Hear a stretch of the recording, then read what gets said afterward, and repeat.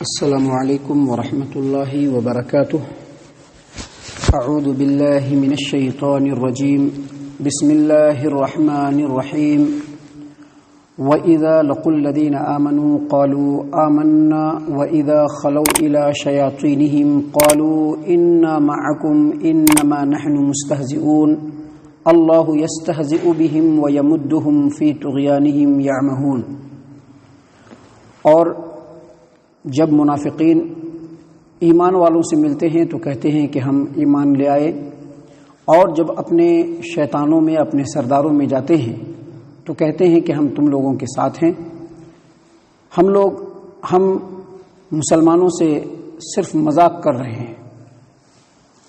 اللہ یستہزئ بہم، اللہ تبارک و تعالیٰ ان سے مذاق کر رہا ہے، ویمدہم فی طغیانہم یعمہون، اور ان کو ان کی سرکشی میں ڈھیل دے رہا ہے تاکہ وہ اس میں بھٹکتے رہیں۔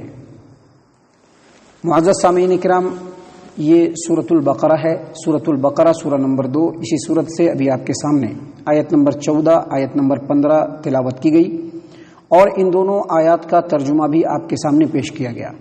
جیسا کہ آپ کو معلوم ہے کہ منافقوں کا ذکر لگاتار چل رہا ہے، اور اس آیت کریمہ میں اللہ تبارک و تعالیٰ نے یہ فرمایا کہ جب یہ منافقین ایمان والوں سے ملتے ہیں تو کہتے ہیں کہ ہم ایمان لے آئے، یعنی ایمان والوں کو دھوکہ دینے کی غرض سے ان کے سامنے ایمان اور دوستی کا اظہار کرتے ہیں، حالانکہ ان کے ایمان کا یہ اظہار اور ان کی دوستی کا یہ دعویٰ بالکل جھوٹ، بناوٹ اور دکھاوے پر مبنی ہے، اور وہ ایسا ایمان والوں کے سامنے اس لیے بھی کہتے ہیں کہ ایک تو یہ کہ دھوکہ دیں، دوسرا یہ کہ ہم ایمان والوں کے سامنے جب کہیں گے کہ ہم ایمان لے آئے ہیں تو ان کو جو مال غنیمت ملے گا اس میں ہم کو بھی حصہ مل جائے گا۔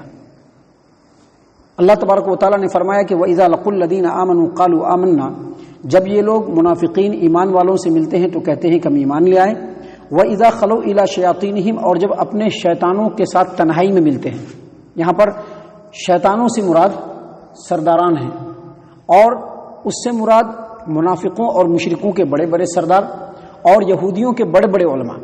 اللہ تبارک و تعالیٰ نے فرمایا کہ جب ایمان والوں کے محفل میں جاتے ہیں، ایمان والوں سے ملتے ہیں تو کہتے ہیں کہ ہم ایمان لے آئے، اور جب اپنے سرداروں کے پاس جاتے ہیں، یہودیوں کے بڑے بڑے علماء کے پاس جاتے ہیں، مشرکوں کے بڑے بڑے سردار کے پاس جاتے ہیں تو کہتے ہیں کہ انا معکم، ہم تمہارے ساتھ ہیں۔ یاد رکھیے، یہ جو شیطان کا جو لفظ استعمال ہوا ہے، تو شیطان کے بارے میں حافظ ابو جعفر ابن جریر طبری رحمہ اللہ نے تفسیر الطبری میں یہ فرمایا ہے کہ شیطان ہر سرکش چیز کو کہتے ہیں، اور شیطان صرف جنات نہیں بلکہ انسان بھی ہو سکتا ہے۔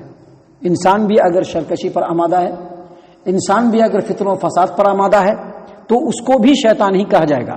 اللہ تبارک و تعالیٰ نے قرآن کریم کے اندر سورۃ الاعراف آیت نمبر 112 میں اللہ تبارک و تعالیٰ نے فرمایا وَكَذَلِكَ جَعَلْنَا لِكُلِّ نَبِيٍّ عَدُوًّا شَيَاطِينَ الْإِنسِ وَالْجِنِّ يُوحِي بَعْضُهُمْ إِلَى بَعْضٍ زُخْرُفَ الْقَوْلِ غُرُورًا۔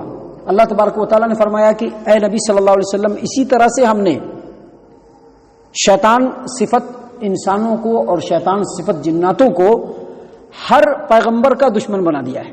دیکھیے، اللہ تبارک و تعالیٰ نے یہاں پر انسانوں کو بھی شیطان صفت کا ہے، یعنی اللہ تبارک و تعالیٰ نے فرمایا کہ اسی طرح سے ہم شیطان صفت انسانوں کو اور شیطان صفت جنوں کو ہر پیغمبر کا دشمن بنا دیا ہے، اور وہ ایک دوسرے کو بہکانے کے لیے، بھڑکانے کے لیے ایک دوسرے کے دل میں چکنی چپڑی باتیں ڈالتے رہتے ہیں۔ تو یاد رکھیے، سماج و معاشرے میں فتنہ و فساد مچانے والا اور سرکشی کرنے والا جو انسان ہے وہ بھی شیطان ہے۔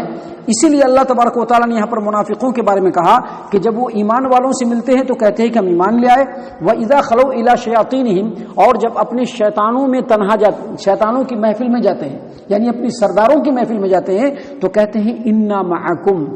انا معکم کا مطلب یہ ہے کہ ہم تمہارے طریقے پر ہیں، جیسا کہ امام محمد بن اسحاق نے عبداللہ ابن عباس رضی اللہ عنہما سے روایت کیا کہ جب وہ لوگ اپنے شیطانوں، اپنے سرداروں کے پاس جاتے ہیں، ان کی محفل میں جاتے ہیں تو کہتے ہیں کہ انا معکم، ہم تمہارے ساتھ ہیں۔ اس کا مطلب یہ ہے کہ جس مذہب پر تم ہو اس مذہب پر ہم بھی ہیں۔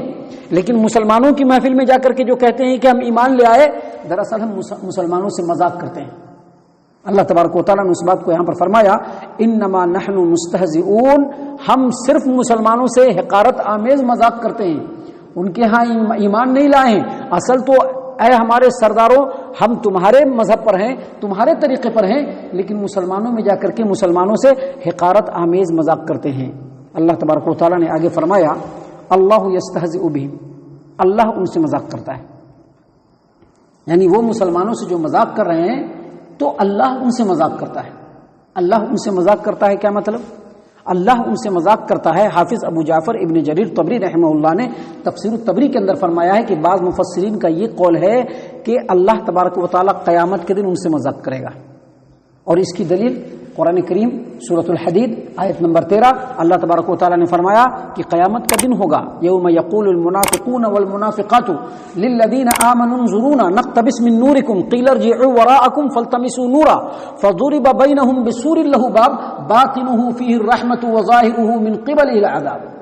یعنی اللہ تبارک و تعالیٰ فرماتے ہیں کہ قیامت کے دن کو یاد کرو کہ جب اللہ تبارک و تعالیٰ ایمان والوں میں نور اور روشنی کو بانٹ رہا ہوگا، کیونکہ قیامت کا دن بڑا ہی گھٹا ٹوپ تاریکی میں بھرا ہوا ہوگا، بالکل ہاتھ کو ہاتھ نہیں دکھائی دے رہا ہوگا۔ ویسی صورت میں اللہ تبارک و تعالیٰ ایمان والوں کو ان کی نمازوں، ان کے اعمال، ان کے اخلاص کے بدلے میں نور اور روشنی عطا کرے گا۔ تو جب ان کو نور اور روشنی ملے گی تو یہ جو منافقین ہوں گے مرد و عورت، یہ مومنوں کو کہیں گے رکو، اس روشنی میں ہم بھی جنت تک چلنا چاہتے ہیں۔ قیل ارجعوا وراءکم فالتمسوا نورا، کہا جائے گا کہ پیچھے جاؤ، جہاں پہلے تھے وہیں پہ جاؤ اور وہاں پر جا کر کے روشنی تلاش کرو۔ اور اس کے بعد ایمان والوں اور ان کے درمیان میں ایک دروازہ ڈال دیا جائے گا، جس دروازے کے اندر کی طرف جدھر ایمان والے ہوں گے ادھر تو رحمت ہوگا، لیکن جدھر یہ منافقین ہوں گے ادھر عذاب ہوگا، تو وہاں پر اللہ تبارک و تعالیٰ مذاق کرے گا۔ لیکن ایک بات یاد رکھیے، قرآن کریم کی بعض آیتوں میں برے اوصاف کو اللہ کی طرف منسوب کیا گیا ہے، جیسے کہیں پر یہاں پر ہے استہزاء اللہ یستہزئ بہم، اللہ مذاق کرتا ہے، حالانکہ مذاق کرنا کوئی اچھی صفت نہیں ہے، تو یہاں پر کہا گیا اللہ مذاق کرتا ہے۔ قرآن کریم میں ایک جگہ کہا گیا وَمَكَرُوا وَمَكَرَ اللَّهُ، یعنی لوگ بھی چال بازی کر رہے ہیں اور اللہ بھی چال بازی کر رہا ہے، یعنی مکر کا مطلب ہوتا ہے چال بازی، تو یہ صفت اللہ کی طرف منسوب ہوئی، یا خدع یعنی دھوکہ دینا، یہ صفت بھی اللہ کی طرف منسوب ہے۔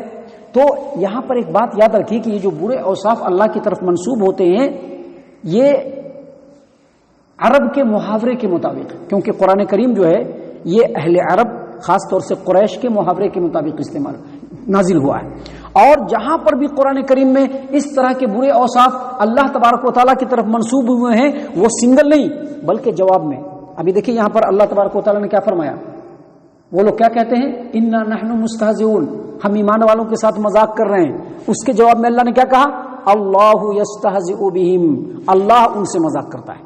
یا پھر دیکھیے وہاں پر اللہ تبارک و تعالیٰ نے کیا فرمایا وَمَكَرُوا، یہ لوگ چال بازی کر رہے ہیں، وَمَكَرَ اللَّهُ، جواب میں اللہ نے کیا کہا کہ مکر بھی اللہ تبارک و تعالیٰ بھی چال بازی کر رہا ہے۔ تو یہ جو جتنی بھی چیزیں ہیں، جتنے بھی ایسے برے اوصاف اللہ تبارک و تعالیٰ کی طرف جو منسوب ہوئے ہیں وہ جواب کے لیے، اور عربی زبان میں یا عربی محاورے میں اس کو کہتے ہیں مشاکلہ۔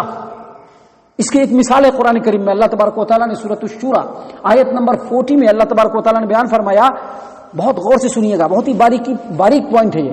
اللہ تبارک و تعالیٰ نے کیا فرمایا وَجَزَاءُ سَيِّئَةٍ سَيِّئَةٌ مِثْلُهَا، یعنی انسان جو بھی برا کرتا ہے تو اس کے برائی کا بدلہ قیامت کے دن اسی برائی کے برابر ہوگا۔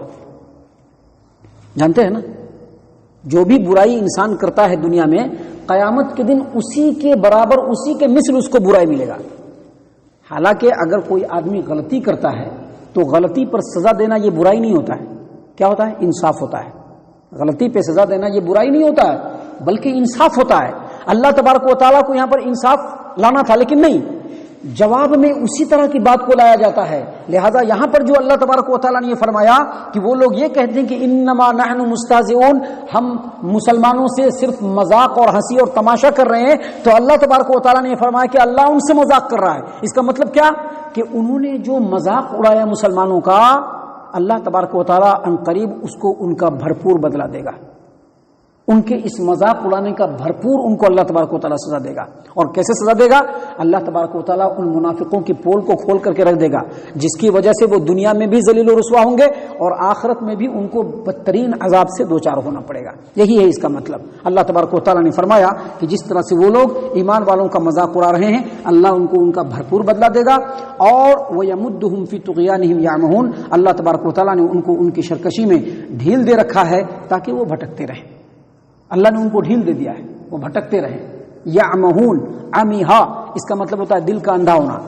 یعنی اللہ تبارک و تعالیٰ کی طرف سے ان کو اس طرح کی حالت ہو گئی ہے، اللہ نے ان لوگوں کو ایسا چھوڑ دیا ہے کہ اب ان کو کچھ بھی دکھتا نہیں ہے. سامنے حق ہے لیکن پھر بھی نہیں دیکھے گا، وہ ضلالت و گمراہی میں بھٹکتے رہیں گے. محترم سامعین کرام، آگے منافقین کا تذکرہ اور بھی ہے جس میں اللہ تبارک و تعالیٰ نے منافقین کی صفات کو بیان کیا ہے. یہاں پر ہم اللہ تبارک و تعالیٰ سے دعا کرتے ہیں کہ اللہ تبارک و تعالیٰ ہم تمام کو نفاق کی بیماری سے محفوظ فرما. اللہ تبارک و تعالیٰ ہم تمام کو منافقوں کی منافقت سے بچا لے. اللہ تبارک و تعالیٰ تمام منافقوں کی جتنی بھی شرپسندی ہے اللہ تعالیٰ ان سے مسلمانوں کو محفوظ فرما. اللہ ہم تمام مومن مسلمانوں کو پکا سچا مومن اور مسلمان بنا. اللہ اور اس کے رسول کی اتباع اور فرما برداری کرنے والا بنا. جنت الفردوس میں جگہ عطا فرما. اے اللہ ہم تمام کو جہنم سے پناہ دے. اے رب العالمین ہم تمام کو جہنم سے پناہ دے. اے مالک الملک ہم تمام کو جہنم سے پناہ دے. آمین یا رب العالمین. وما علینا الا البلاغ المبین.